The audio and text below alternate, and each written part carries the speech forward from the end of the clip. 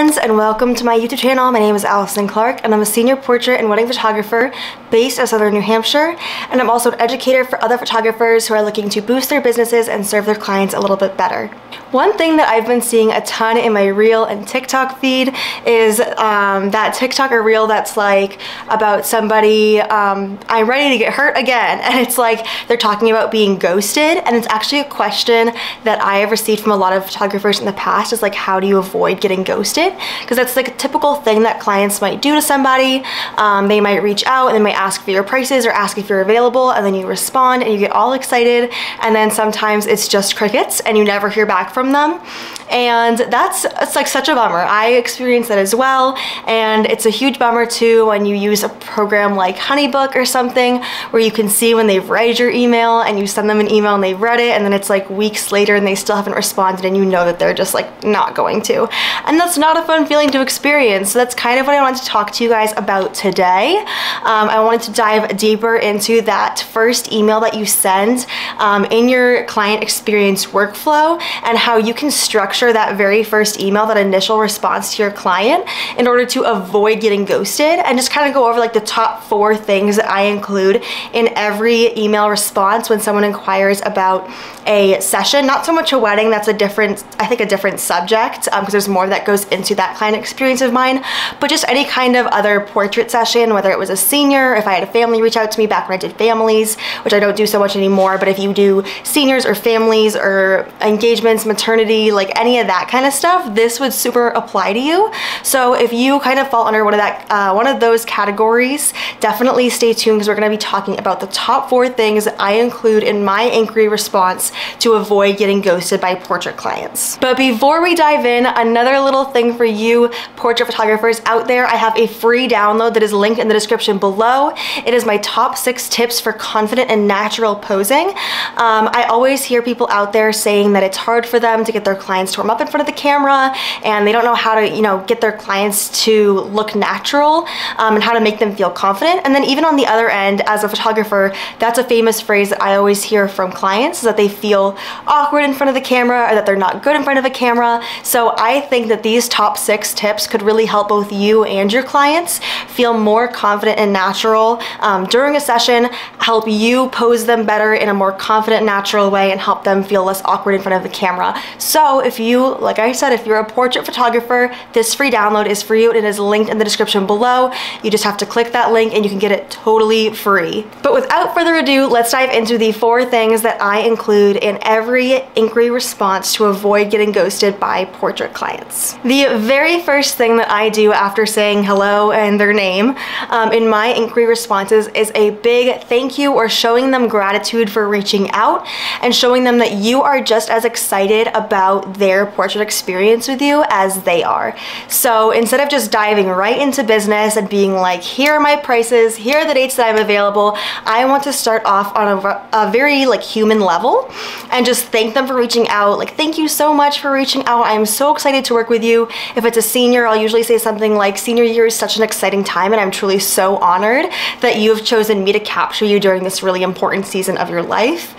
So definitely connect with them on that human level, show them that you're excited and that you're thankful for them reaching out, and it'll help them feel like they can trust you more and just connect with you more as a person, and it'll help them feel like this is more of like a personal relationship than just a business relationship, and those typically tend to be more successful when you have that kind of personal and trusting connection with them. So always start by showing your gratitude and showing your excitement. The next thing that I do in my inquiry response is I provide my availability. So for example, when I have a senior fill out the contact form that's on my website, I usually ask them what month or season they're inquiring about, because I have seniors reaching out to me during every month of the year. So for example, I've had some senior inquiries lately that are from the class of 2023, and they want their photos done in the fall, but they're reaching out now because they want a spot now.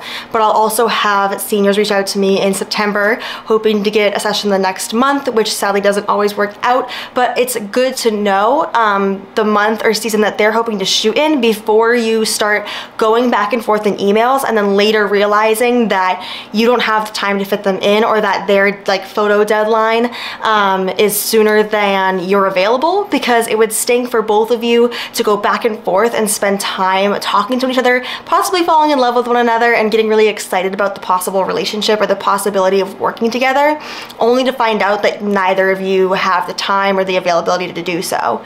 So I always start off with my availability, and I base it off of what they say in their contact form. So if I have a senior that reaches out now and they say that they want something for June, I will give them 3 dates in June that work for me. And another reason that I like to do this is because it right off the bat puts me in the driver's seat. I have a lot of different photographers reaching out to me saying like, well, what do you do if a senior wants to shoot at a time of the day that's bad, like noon? Or what if they want to shoot on the weekends but you don't want to shoot on the weekends? The number one way to avoid this is to set those boundaries right off the bat. Like, don't even give them the option to go on the weekend or at noon. Right away in my inquiry response, I say dates and times that I have available that match your request are June 1st, 2nd, and 3rd, and we would start your session at 5 in the afternoon, which is the best time for natural light. So right off the bat, before they can even like ask about weekend dates or anything like that, and we can go, you could go back and forth forever, you know, trying to choose a date that works for the both of you. But I find that if you right off the bat kind of set that standard that these are the dates that you're available and this is the time you're available and they have to choose one of those, 99% of the time your clients will make it work if they truly want to work with you. So setting that boundary right off the bat and saying these are the times that I have available will also help kind of move that process along a little bit faster, and help you avoid getting ghosted, because all they have to do to respond is choose a date. There's no like a gray area, you know, you're asking them which of these dates work best for you. So you're leaving them with a question that they have to answer. And there's no need for going back and forth. They can get in your books right away if you give them those dates that you're available. And like I said, kind of cut down that time that you spend on one another if those dates don't work for them and you don't have any other dates. Like, you're not just lengthening this time that you're spending on one another, you know, emailing back and forth.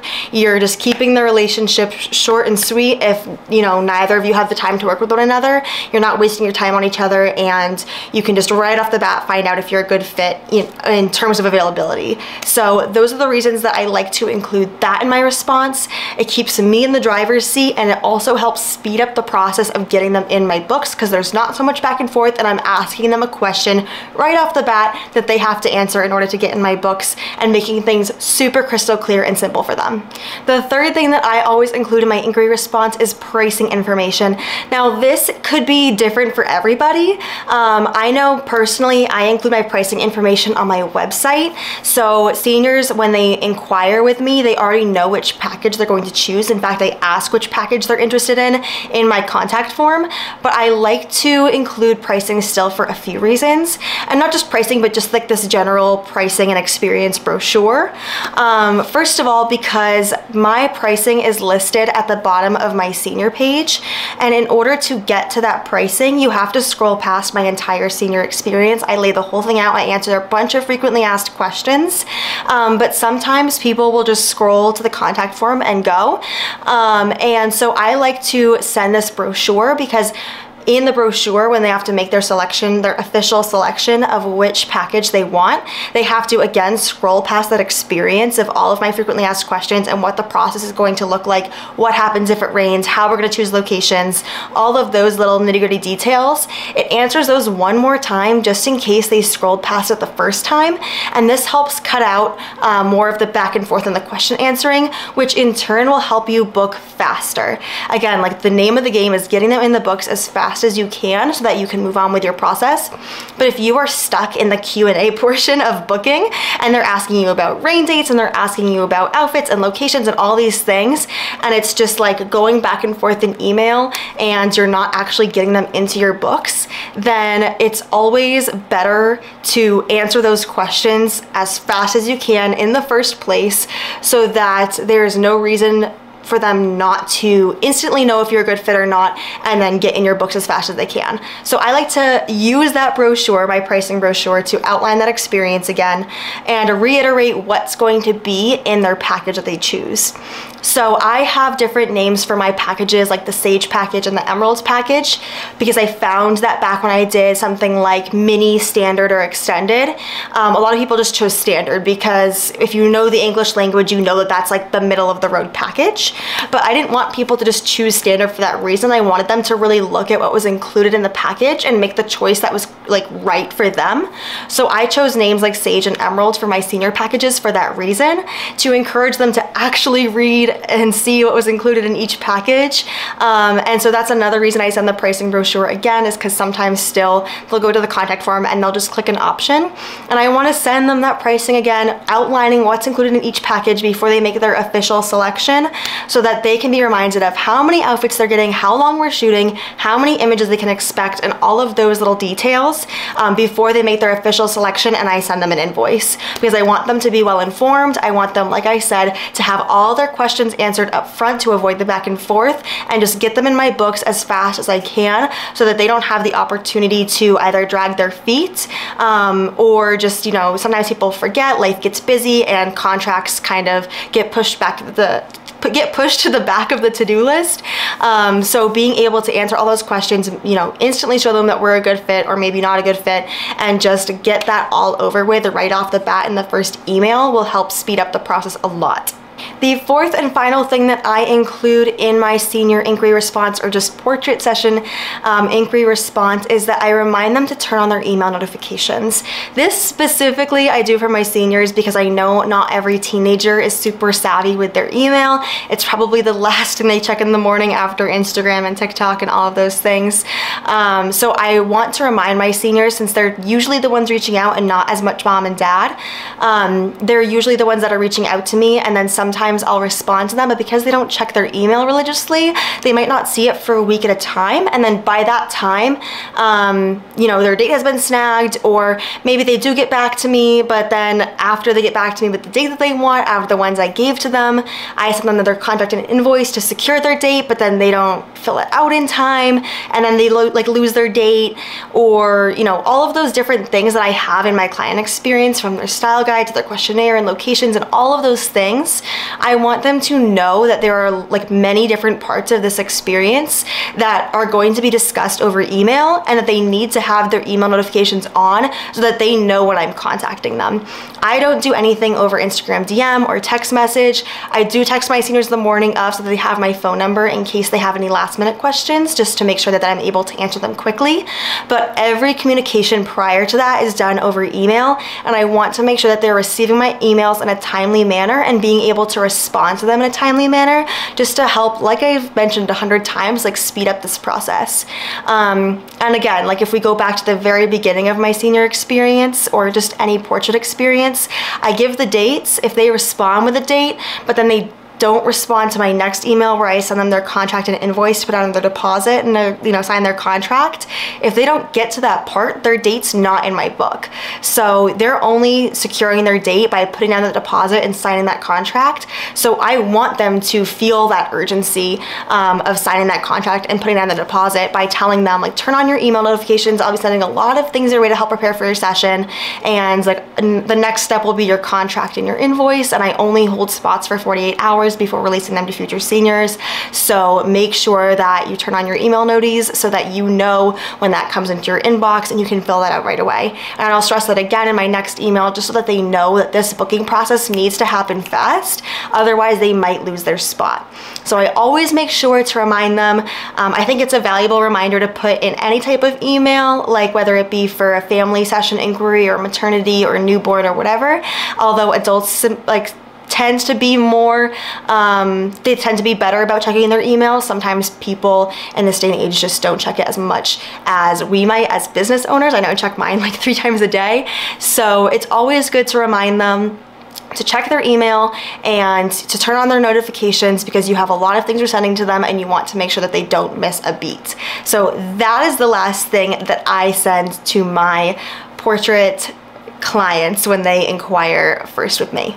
That is all I have for you guys today. Like I said at the beginning of this video, if you haven't snagged my free download yet, it is linked in the description below. It is specifically for portrait photographers, and it'll help you make your clients feel more natural and comfortable and confident in front of your camera. So it is definitely something you do not want to miss. Just click that link in the description. I also post lots of educational things on my Instagram at Allison Clarke Photography, so make sure to shoot me a follow there, and make sure to like this video if it was helpful and subscribe, because I come out with new videos every single Friday. So if you don't want to miss out on those videos right when they come out, definitely hit that little subscribe button and you'll be notified when each video is released. I hope this video was helpful for you and that you enjoyed it a whole bunch, and I can't wait to see you all next Friday, and I hope you have a wonderful weekend.